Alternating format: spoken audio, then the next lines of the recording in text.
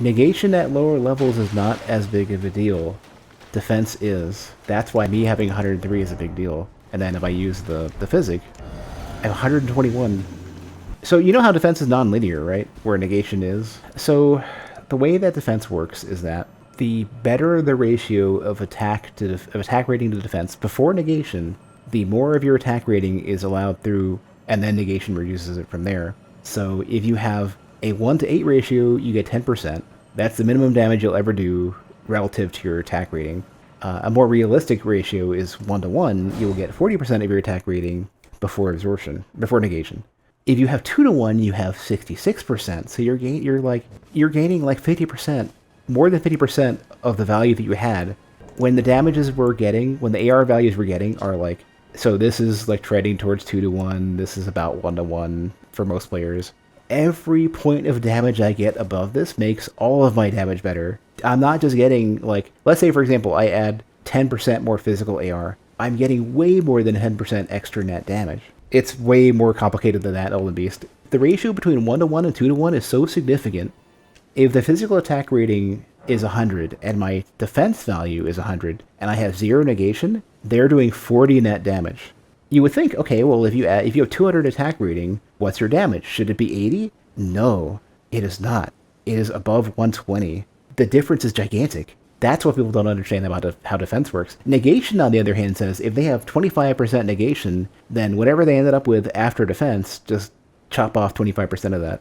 What should you have? Your target should be, at the minimum, your net AR per either side of the split. So in this case, if you have, in my case, I have, 79 plus 13 physical and 79 plus 16 lightning. The best case scenario, like the most optimal with the best returns on the way in, is my physical should be 2 times, it should be, in this case, it should be 206, and my lightning should be 190.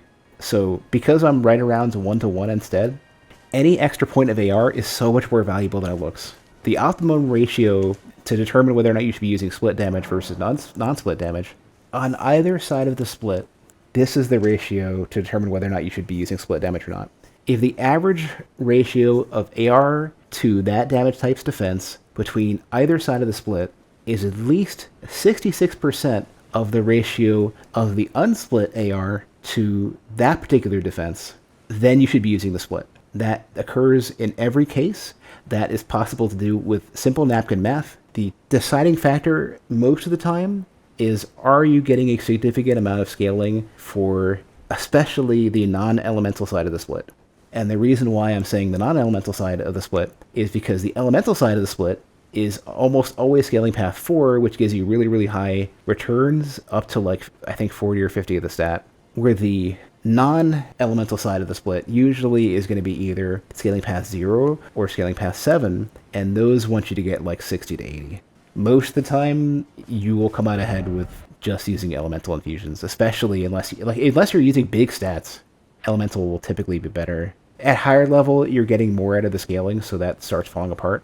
But at higher level, you may have stats to invest in like a non-physical stat scaling elemental infusion, like magic or flame arc or art or whatever. Even if you're not using an elemental, like if you're not using fire, you can still use flame grant me strength, and you're getting attack out of that. There's choices for physical. It's just like once you start introducing buffs, the math is way harder to figure out. Physical can't be buffed with flask. Physical can be buffed with the flask. In fact, I'm getting more physical out of the flasks just for AR, let alone the other benefits, than I am out of elemental. And the reason why is because I'm using two separate. I'm using the strength and dex knot. So I'm getting 20 stats out of it. And so not only in my case, because of scaling so many things off of both strength and dex.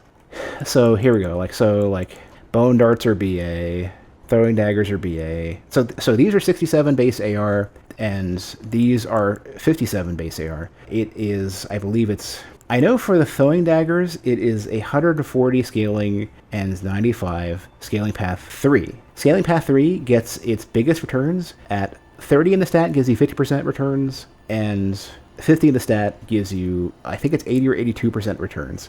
Let's say I have 30 dexterity on a 67 damage throwing dagger. I'm getting 67 plus 67 times 0.5 times 1.4. That's the dexterity side of it, and then the strength side is going to be, 67 times 0.95 times 0.5. At 30-30, it's going to be 125, 135 something. The optimal result that I got on this character was 180 with the physic. 187. So I am throwing a throwing dagger, a regular throwing dagger that does 187 AR at level 25. It's prior to counter, prior to headshots. I think I was factoring in Golden Vow as well, I think. But that's like 7.5% in PvP. Okay, so here's the thing about... So the thing about Spark Aromatics is that I feel like this must be like a bug for the amount of damage that they do. The base AR is like 352. So it's scaling path 4. It's 352 base fire AR. The dex scaling value is 140. So it's in the range of like, you can double your AR. You can get closer to like 700 to 800 AR with Spark Aromatic with like 30 dex, 30 to 40-ish. I think it's probably just set too high. I don't know why they buffed it. I don't know what the pre-buff value is, but if it wasn't like, it would have had to have been less than like 200 to not be ridiculous. The one thing I wish did work for these things, for the throwing daggers in particular, I really wish that either the companion jar or the arrow sting talisman works. Because the arrow's reach works for kukris at least. Maybe the other ones too. A lot of things they buff they shouldn't be buffing, like Hone Bolt. I think the two that stood out to me were Hone Bolt and Spark Aromatics. Spark Aromatics I didn't really notice until I watched Style using them and was like, wait a second, what's the base AR on these things? Hone's Bolt though was like, I already knew it was strong. Giant Hunt, I think there's going to be some reasonably exploitable disadvantage that it has. Like, maybe there's a very convenient parry timing people will figure out. Maybe there's some portion of the recovery that's more easily backstabbed than it looks, or maybe some lateral movement works or something. Like, it's not quick up close, so the question is, like, that much lead up? It's not just about damage. The total AR for an attack probably shouldn't ever go so high, and if something isn't usable, they should just constrain stuff to certain properties like move speed and recovery and stuff. Maybe it's more popular in duels, but duels are sort of like this kind of non-functional slice of the game anyways. The thing about duels is that because it's a limited, constrained slice of the game with so many things removed in a small space that doesn't factor in all the other balance factors for the game, the stuff that is strong in duels has oftentimes like no value whatsoever in an invasion, as well as like most of the PvE in the game. I haven't seen it used much in invasions. I don't think I've seen any ganker use it. Is it strong against? Does it have poise or something? Is that what it is?